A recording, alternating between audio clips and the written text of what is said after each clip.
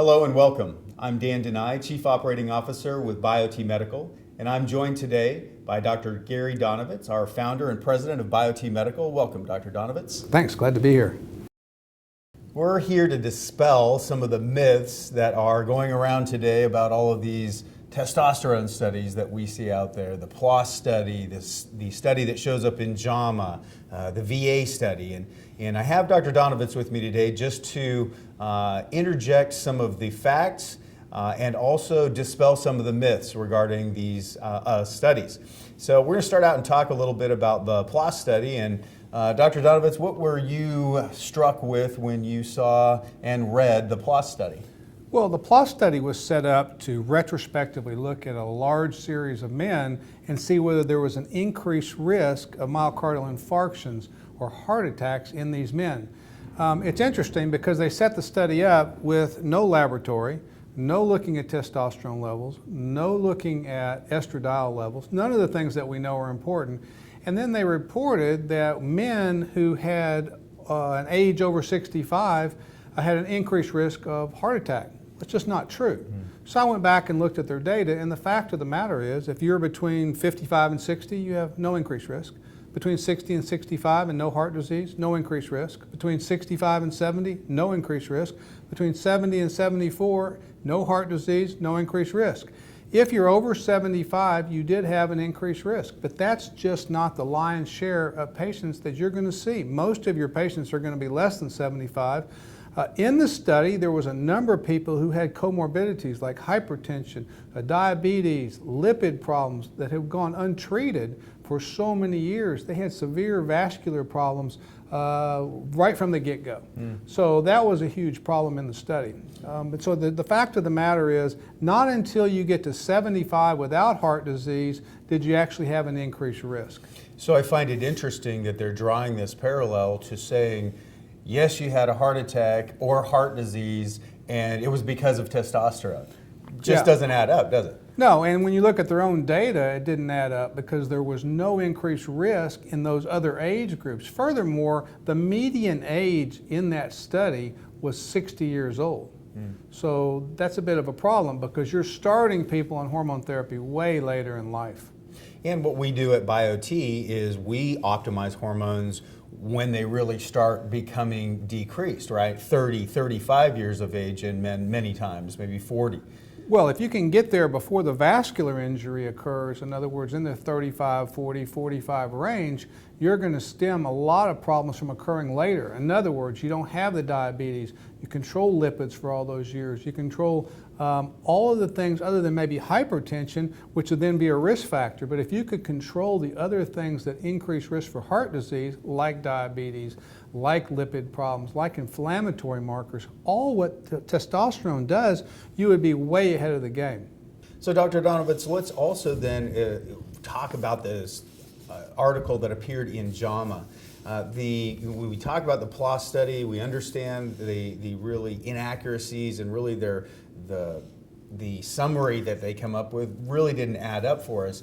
Talk about what then was published in JAMA, because that even fed more fuel to the fire that was really pretty much kind of the same lines. Well, you know, it's so confusing when people see an article and respond to it, especially the media. And with JAMA and the VA, which is really part of the VA study, what they did was they actually misinterpreted their own data and they got it published. And when they got called on it, they refused to come back and then print some sort of an amended article. And so what happened was, if you look at the JAMA article, what really happened, people who did not get testosterone, I repeat, did not get testosterone, had 21% events, meaning either cardiac events or stroke.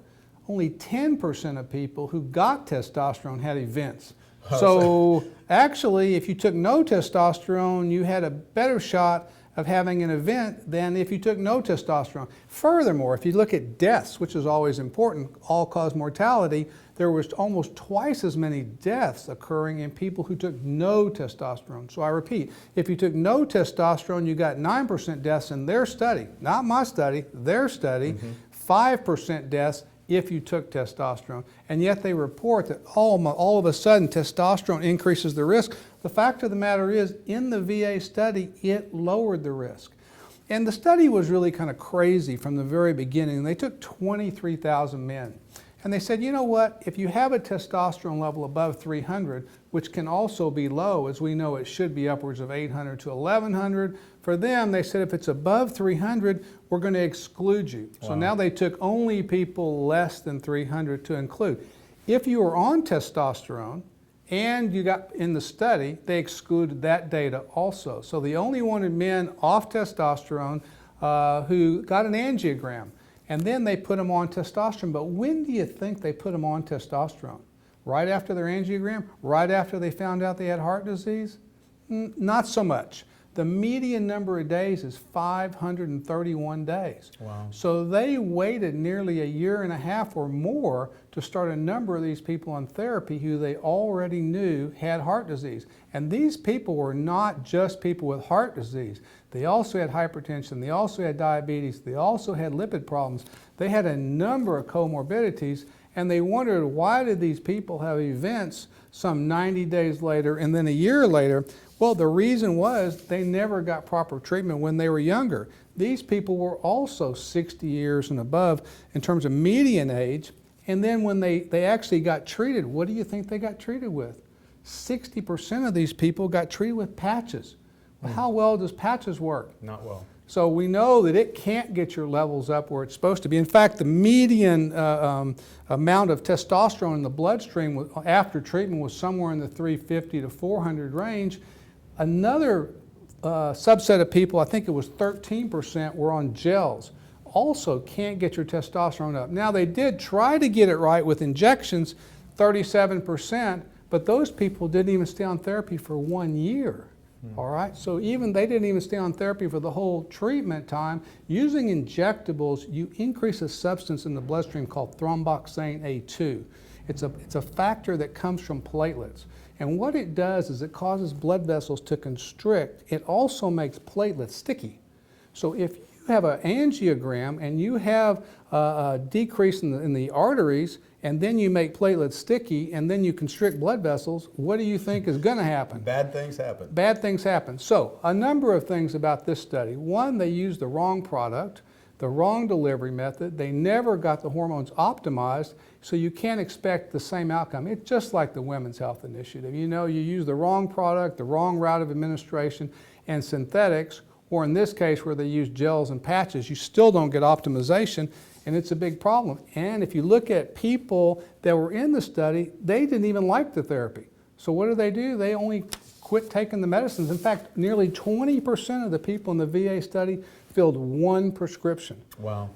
So they use a little bit of the product, and then it sounds like the study tries to tie those cardiovascular events to that one dose or that one time that they use their prescription. Doesn't really make a lot of sense, does it? No. So if you're going to take a drug or a therapy and you don't optimize and you don't use the right route of administration and you don't follow lab work, because remember in this study, if you remember the PLOS 1 study, there was no lab work. In this study, only 60% of the men ever got repeat lab work. How do you know that you had those people optimized? Well, you don't. So no lab work, no optimization, you can't expect a great outcome. And even doing it that way, even as backwards as the study was, they still found that people on testosterone did better than people off testosterone. So it's just kind of shocking to see that the headlines don't really match up to what the study is saying, but yet the public grabs onto the headlines. Doctors are grabbing onto the headlines, and they're really not coming to the right conclusion, are they? Well, they're getting further away, and part of it is really big pharma. They're going after guys who will speak for them. There was a gentleman who came out in the Wall Street Journal. Are you talking about Dr. La Pluma? La Pluma. Yeah, La Pluma came out in the Wall Street Journal, and he said, you know, people are just going crazy over testosterone therapy because 3 million prescriptions for androgel were written last year. Well, that's just ridiculous because androgel won't work, as does Axiron not work, as does Testum not work. So people are getting the wrong product. But then he goes on to say, you know, which is semi-accurate, that testosterone deficiency is not being treated with blood levels and optimization. He did get that right.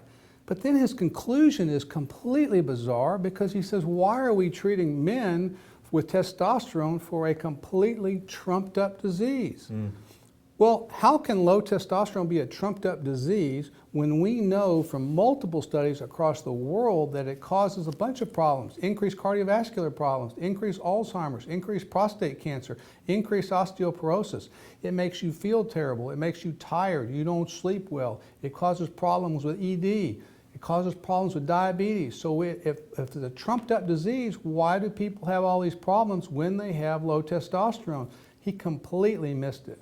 You know, it's interesting, not just from his side in men with testosterone, there was an editorial written in JAMA right at the end of 2013 by a doctor who was at Harvard. She's a professor. And she went on to say that the Women's Health Initiative did so much to help women and their health, which is amazing to me. Because the reality is the Women's Health Initiative was a horrible study. There was all kind of flaws. Even their investigators admitted there was flaws, and they keep repeating the same bad data, bad outcome, and scaring people. And if you look at the data out there, more women have died because of that study than would have been healthier had they continued their medication. She goes on to say that for the $1 billion of taxpayers' money that we spent on that study, the Women's Health Initiative, the biggest legacy was we figured out that between men and women that they're different sexes. Men have penises, women have vaginas. That's the takeaway. For $1 billion. For $1 billion. I'm pretty sure we all knew that ahead of the study, but she felt like that was a big takeaway. Yeah, I don't understand what it is. I mean, why? I mean, it makes sense for the scientific brain to deduce and say, if we have a problem, find the solution and not mess up with or not consider and try to fix that, fix the problem with the solution with a skewed amount of data, to me doesn't make sense. I don't follow that along at all, and it seems like that's just becoming more and more prevalent, and I'm not sure why. Do you have any answer for that or any opinion on that? Well, I really think that Big Pharma is figured out that they can't advertise and make statements that they're making and back them up with any studies that are done on an individual basis. In fact, there have been a number of studies that have looked at testosterone therapy. The interesting thing about that is whether they were done by pharmaceutical companies or individuals, most of the studies, 99% of them, have shown no increased risk of cardiovascular disease, and a number of them have shown protection. So the ones that are out there that show that there's some increased risk are one, either bad data or they're using the wrong product. All testosterone is not created equal. The big take-home lesson from this video and from those people out there who are getting confused is ask yourself what drug was used and was optimization carried out? Because we know that there are certain discriminatory zones. You have to hit testosterone levels of X to protect the heart. You have to hit testosterone levels of Y to protect the brain.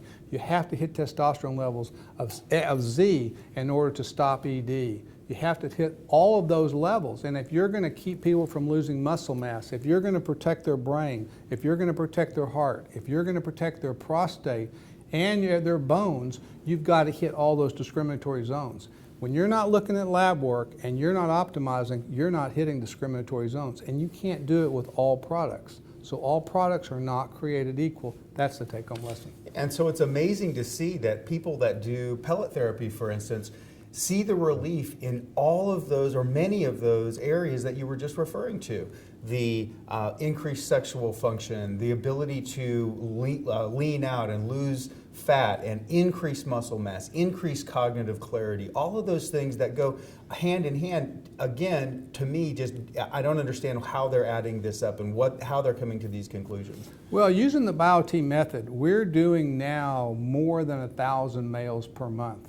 We've been tracking data on that, and even before we had the data on our portal site, we were looking at data amongst the biggest practices. We've had one person with a cardiovascular event over the past 5 years. So over thousands and thousands of males, all right, Cardiovascular events is not one of the side effects. And you add another 7,000 females on a monthly basis that we're treating. That's an incredible amount of people that we're seeing the positive results in and the positive effects of testosterone done right. So right drug, right, bioidentical, done in the pellet form. So we're using pellets to get the levels to where they need to, and then keeping those levels at their optimal levels for a long period of time. That's where we're seeing the results.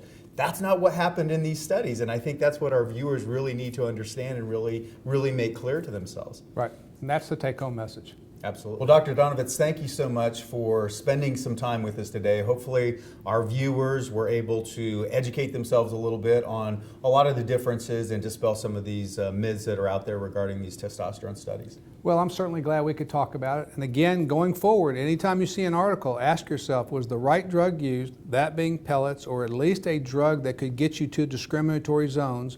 Was it used over a period of time? Did you start young enough? And was there continuation of therapy? If you don't see that, that study's flawed, and you should be able to see that now going forward. Great, thank you.